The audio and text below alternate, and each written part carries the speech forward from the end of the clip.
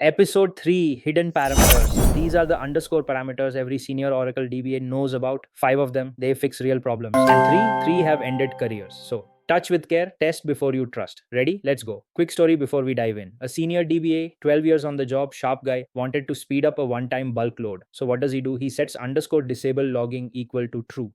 The load, 4 hours becomes 12 minutes. 12 minutes, he's a hero, he goes home. 3 days later, and this is where it gets bad, a SAN failure forces a media recovery, and Oracle finds gaps, silent gaps in the redo stream. Everything inserted during those 12 minutes, unrecoverable, gone. Production was down for 6 hours. The DBA resigned the next morning. So, in the next 18 minutes, I'm going to show you the 5 hidden parameters that solve real problems and the 3 that will end your career. Let's get into it. Quick roadmap. Here's what you're getting today. Number 1, what underscore parameters actually are and why Oracle hides them. 2, how to find them safely using the X tables. 3, the 5 hidden parameters that fix real documented bugs. 4, the 3 that will end your career. And 5, the audit proof methodology senior DBAs use so that when something goes wrong, you have evidence, not excuses. Okay, let's start. So, what is a hidden parameter? Any Oracle parameter whose name starts with an underscore. Simple, they're Oracle's internal tuning knobs. Oracle support uses them every single day. But, and this matters, Oracle will not recommend them publicly. Why? Because misuse causes catastrophic damage. Now check this out. 6,000 hidden parameters exist in Oracle 19c. 6,000, only about 100 are actively used by Oracle support. Maybe 20 are safe enough to share with customers. And three of them can permanently destroy your database. Today you're learning all 3. But first, let's learn how to find them. First rule, $V parameter won't show you hidden parameters, period. You have to join two X tables, $, ksppi for the names and $, kspppcv for the current values. And you must be connected as SYS. Here's the query every senior DBA keeps in their notebook.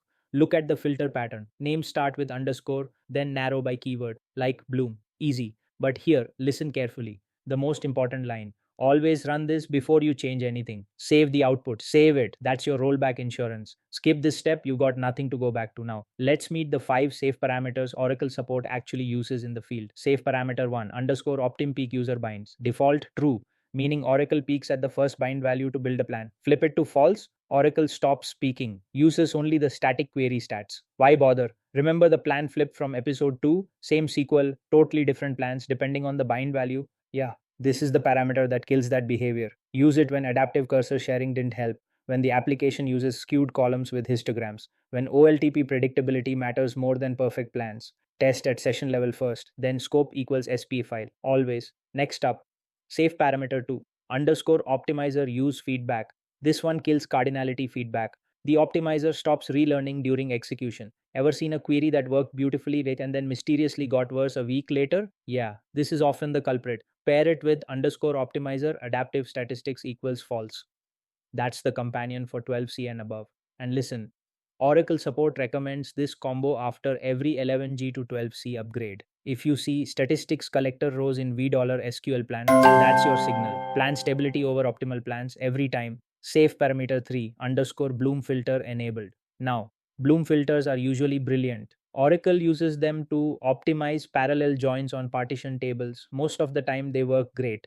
But sometimes, too many false positives. Partition pruning goes wrong, catastrophically wrong. The symptom, parallel joins on partition tables suddenly tank after a stats refresh. Check the plan. CPX send hash block address with full partition scans. You found it, disable it, test at session level first. The MOS reference is note 105495.6.1. Write that down. This one's tested, documented, a real fix. Now this is one of my favorites. Safe parameter 4, underscore serial direct read, controls whether Oracle bypasses the buffer cache for large table scans. 3 values, auto, the default, always.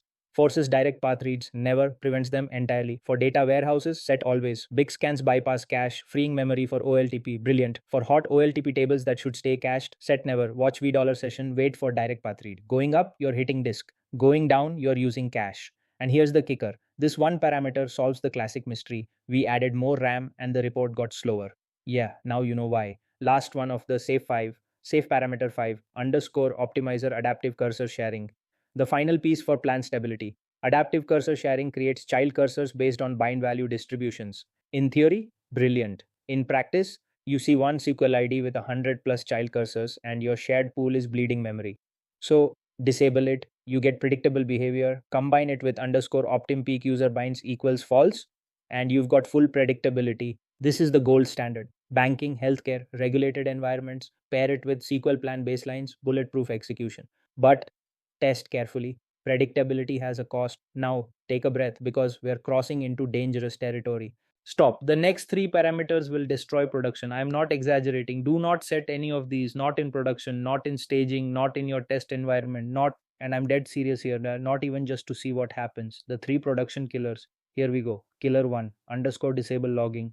Consequence silent data loss. This is the one from our opening story. Set it to true, Oracle stops writing redo. Every change made during this window, unrecoverable. After any media failure, gone. And here's the part nobody warns you about. Backups taken during this window, corrupt by definition. So, how do DBAs get tricked into this? Someone on Reddit writes, use this for bulk loads, it's 20 times faster. And it is 20 times faster, works beautifully. 3 days later, the SAN hiccups, recovery starts, and you discover that nothing inserted during the load can be recovered. Your CEO calls. That's the story. Don't be that DBA. If killer 1 was bad, this next one is worse. Killer 2 underscore allow reset logs corruption. Consequence permanent SCN corruption. Yeah, it forces open reset logs to succeed even when your data files are inconsistent. The database opens, sure, but transactions are silently lost. There is no way to detect them, there is no way to repair them. So, how does this happen? Recovery is failing with ORA 01194. The DBA Googles the error. Some blog post from 2009 says, and I quote, just set allow reset logs corruption equals true and it opens. It does, and your database permanently unsupported.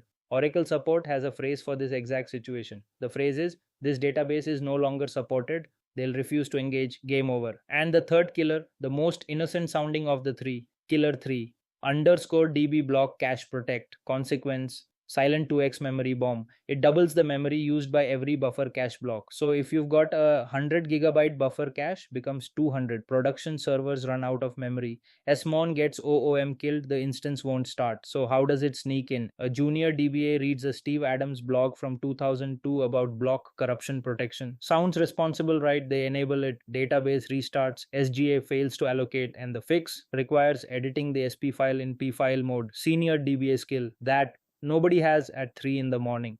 Okay, so how do the pros handle these parameters without ending up in the story we just told? The playbook. 5 steps. The 5 steps that separate professionals from amateurs. 1. Capture the current value. Query X $kspppcv. Save it to a text file. That's your rollback. 2. Test at session level first. Alter session set. Reproduce the issue. Measure the impact. 3. Take an SP file snapshot. Create file from SP file. Your one command rollback. 4. Change at system level with scope equals SP file. Not both, never both. You want a controlled restart. You want a chance to catch problems before they spread. And 5. Document. Email the change. Audit it. Date, parameter, before value, after value, business reason, MOS reference, every single time. Speaking of documentation, let me show you what real documentation looks like.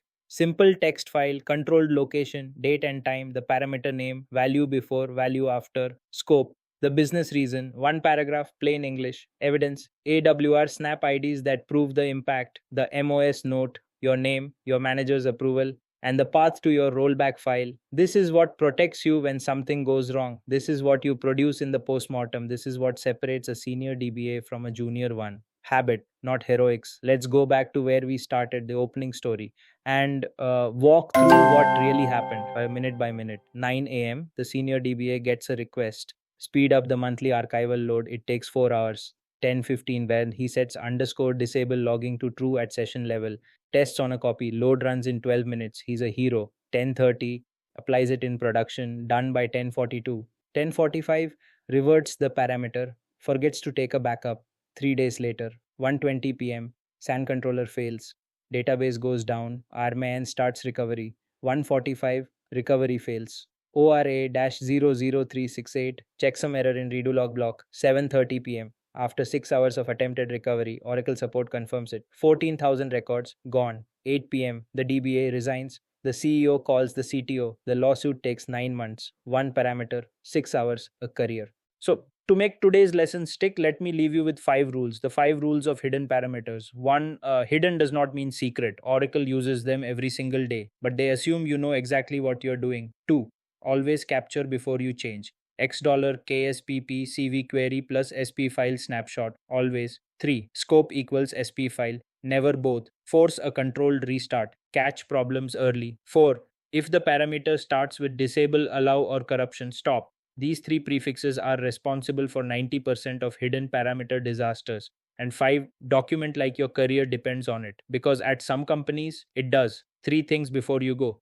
Take 5 seconds, they help this channel a lot. Hit like on the video, helps YouTube show this to other senior DBAs. Subscribe and hit the bell. Episode 4 drops next Tuesday, and we're going deep on RAC node eviction. And comment. Tell me your worst hidden parameter horror story. The best one gets covered live in episode 5.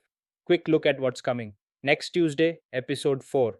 RAC node eviction. Reading OCSSD logs like a detective. When a node vanishes at 3 in the morning. The 4 reasons RAC actually evicts a node. And why network gets blamed 80% of the time. Wrongly. How to read OCSSD trace files in the right order. And the CRSCTL commands that prevent eviction during patching. If you missed earlier episodes, EP01 was high CPU, EP02 was slow query hell, and EP03, that's this one. That's it for episode 3. Thank you for watching. Want the complete recorded course? Live Oracle DBA training, RAC, performance tuning, real world consulting. Visit www.dbnexus.co.in. WhatsApp or call for training and course inquiries +91 8169158909. Like, subscribe, share, help us reach more Oracle DBAs. See you next Tuesday.